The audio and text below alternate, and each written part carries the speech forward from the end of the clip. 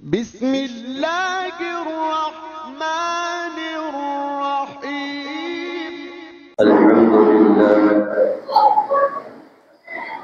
الحمد لله رب العالمين، والعاقبة للمتقين، والصلاة والسلام على سيد الأولين والآخرين،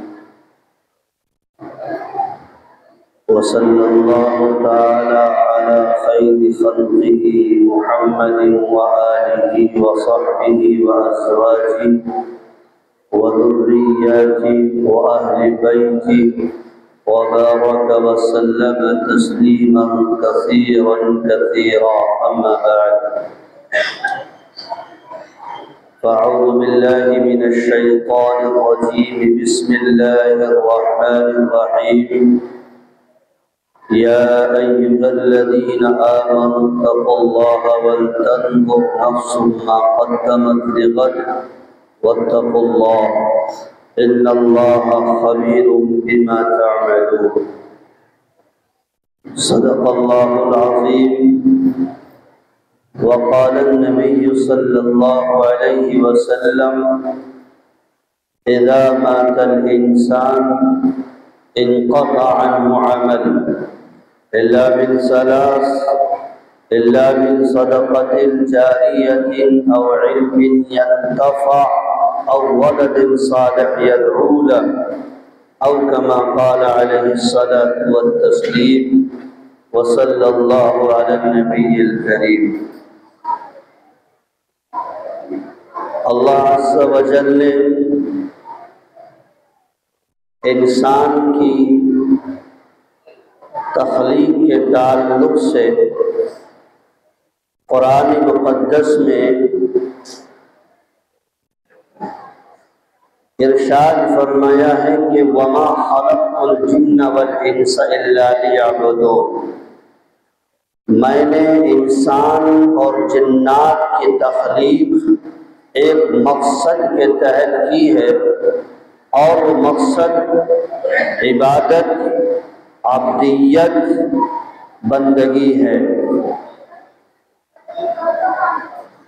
انسان جس طریقے سے دنیا کے اندر تمام چیزوں کو حاصل کر کے اس کے پیچھے ایک مقصد چاہتا ہے، تمام محنت کے پیچھے ایک مقصد ہے، تعمیر کے پیچھے، تعلیم کے پیچھے، بڑی بڑی انڈسٹریز اور فیکٹریاں اور کارخانوں کے پیچھے ایک مقصد ہے۔ مقصد یہ ہے کہ ان کے ذریعے سے سکون حاصل کرے، ان کے ذریعے سے راحت اور اطمینان حاصل کرے۔ آج اگر غور کیا جائے، تمام دنیا کی محنت اور تب و دو کا نتیجہ صرف یہ ہے کہ انسان اس کے نتیجے میں آرام چاہتا ہے۔ پیسہ کیوں کماتا ہے؟ آرام چاہتا ہے۔ تعلیم کیوں حاصل کرتا ہے؟ اس لیے کہ تعلیم کے بعد جو عزت ملے گی، جو عہدہ ملے گا، جو منصب ملے گا، اس کے ذریعے سے میں ایک سکون اور پرسکون زندگی گزار سکوں گا۔ تو معلوم یہ ہوا کہ تمام کی تمام بھاگ دوڑ ساری کی ساری انسان اپنے آرام کے لیے اور اپنے سکون کے لیے کر رہا ہے۔ اسی لیے اللہ تبارک و تعالی نے بھی انسان کے لیے الدنیا خلقت لکم وانکم خلقتم للآخرہ، تمام کی تمام دنیا و ما فیہا کی چیزیں انسان کی خدمت کے لیے پیدا کر دی۔ آپ دیکھیے، ذرا غور کیجئے، جتنے بھی دنیا کے اندر لوگ کام کر رہے ہیں، محنت کر رہے ہیں، ان کا مقصد یہی ہے، کار بنانے والے کا مقصد یہ ہے کہ اس میں بیٹھ کر آدمی اپنے سفر کو پورا کر لے، منزل مقصود تک پہنچ جائے۔ اس لیے انسان اگر اپنی زندگی پر غور کرے کہ اللہ تبارک و تعالیٰ نے اس کو یہ زندگی کیوں عطا فرمائی ہے، اس کے پیچھے اللہ کی کیا رضا اور کیا مقصود ہے، اسے ہمیں غور کرنا ہے۔ اصل مقصد اللہ کی عبادت اور عبادت کے ساتھ ساتھ اللہ کی بندگی، اور اللہ کی بندگی کے ذریعے سے اللہ تبارک و تعالیٰ کے نزدیک اپنے مقام کو اور ایک مرتبے کو بنا کر پھر وہی واپس جانا ہے جہاں سے ہم آئے تھے۔ ہم اور آپ کہاں سے آئے تھے؟ جنت سے آئے تھے، اور ہمارا پھر اصل اسٹیشن، اصل ٹھکانہ پھر ہمارا وہی ہے کہ جہاں سے ہم آئے تھے ہمیں وہیں پر پھر پہنچنا ہے۔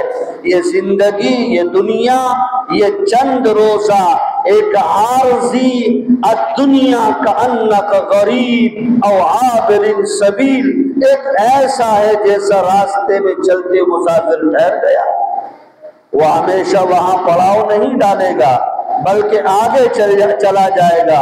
اور قرآن کریم نے کہا یا ایھا الذین آمنوا اتقوا اللہ، اے ایمان والو اس اللہ سے ڈرو، وَلْتَنظُرْ نَفْسٌ مَّا قَدَّمَتْ لِغَدٍ، اور کل قیامت کے دن کچھ ذخیرہ، کچھ اعمال جمع کر لو تاکہ بعد از وفات تمہارے اعمال تمہارے کام آ جائیں۔ زندگی میں کچھ انسان عمل کرتا ہے، لیکن بعض عمل تو ایسے ہیں کہ ان کا سلسلہ فوراً بعد موت منقطع ہو جاتا ہے۔ نماز پڑھی، موت آ گئی، نماز نہیں پڑھ سکتا۔ روزہ رکھا، موت آ گئی، اب روزہ نہیں رکھ سکتا، زکوٰۃ نہیں دے سکتا، حج نہیں کر سکتا۔ تین چیزوں کا حدیث میں استثناء کیا آقا نامدار نے۔ اذا مات الانسان، انسان مر جائے گا، انقطع عنہ عمل، اس کے اعمال کا سلسلہ منقطع ہو جائے گا، لیکن تین عمل ایسے ہیں کہ ان کا ثواب، ان کا کریڈٹ، ان کا صدقہ جاریہ اس کو قبر میں پہنچتا رہے گا۔ او صدقۃ جاریہ، آج الحمدللہ یہ چمنستان یہاں سے لے کر وہاں تک آپ دیکھ رہے ہیں، جس سے ہزاروں طلبہ فیضیاب ہو رہے ہیں۔ ایک مرد قلندر اور ایک مرد مجاہد، ایک عارف باللہ، اکابرین کے منظور نظر اللہ تعالیٰ نے حضرت والا حضرت مولانا مفتی مسعود صاحب عزیزی ادام اللہ فیوزتہ العظیمہ، اللہ تعالیٰ حضرت والا کی عمر میں مزید برکت عطا فرمائے اور آپ کے کاموں کو مزید ترقی اور قبولیت عطا فرمائے۔ یہ صدقہ جاریہ ہے۔ دنیا میں بہت سے لوگ آتے ہیں چلے جاتے ہیں، بہت سے پیسے والے بھی آتے ہیں چلے جاتے ہیں، کوئی ان کو پوچھنے والا نہیں ہوتا، لیکن چند شخصیتیں اور چند نفوس ایسی ہوتی ہے۔ آپ کے قریب میں رائے پور ہے، اور جہاں سے حضرت والا کا ابتدائی دور زمانے طالب علمی ندوہ ہے، تعلم مظاہرلوم ہے، وہاں کے اکابرین حضرت مولانا علی میاں ندوی علیہ الرحمہ اور بہت سے ایسے اکابرین، آج بھی ان کا نام لیا جائے ایسا محسوس ہوتا ہے گویا یہ حضرات کل ہی تھے اور ابھی ابھی دنیا سے چلے گئے۔ اے لوگو، میں یہی کہنا چاہتا ہوں، وہ کام انجام دو جس کو جس کے ذریعے سے یاد رکھا جائے اور لوگ اس سے منتفع ہوں، لوگ اس سے فائدہ اٹھائیں، تاکہ اس کا ثواب، اس کا کریڈٹ تمہاری قبروں کے اندر پہنچے گا۔ آج الحمدللہ یہ ادارے کھڑے ہو گئے، حضرت ساتھ لے کر جانے والے نہیں، کوئی لے کر نہیں گیا، سب یہی چھوڑ کر جانا ہے۔ ہاں لیکن انشاءاللہ یہ وہ شجر ہے جو پھل دیتا رہے گا اور جس کا ثواب ان کو قبر میں پہنچتا رہے گا۔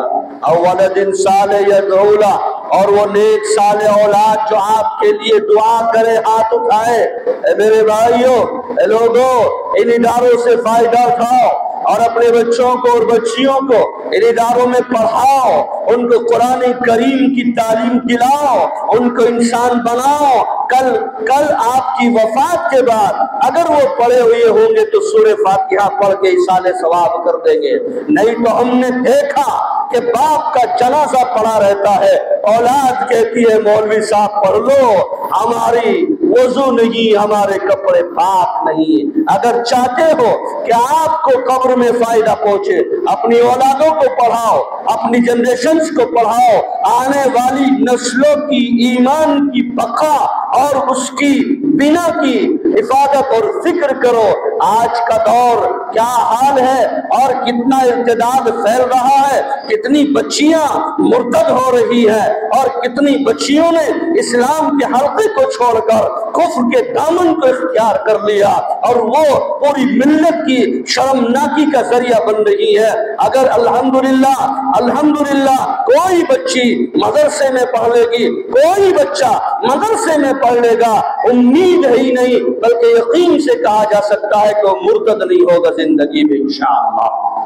او علم ینتفع، اور یہ علم منتفع جو یہاں کے حضرات علماء اور دیگر مدارس اسلامیہ کہ ہمارے اکابرین امت مسلمہ کو اس علم کے ذریعے سے فیض یاب کر رہے ہیں۔ دعا ہے کہ اللہ تعالیٰ اس جمنستان کی، اس گلستان کی، اس ادارے کی تمام طلباء کی، علماء کی، اساتذہ کی، تمام کارکنان کی، محبین کی، متعلقین کی، معاونین کی، متوسلین کی اللہ سب کی حفاظت فرمائے۔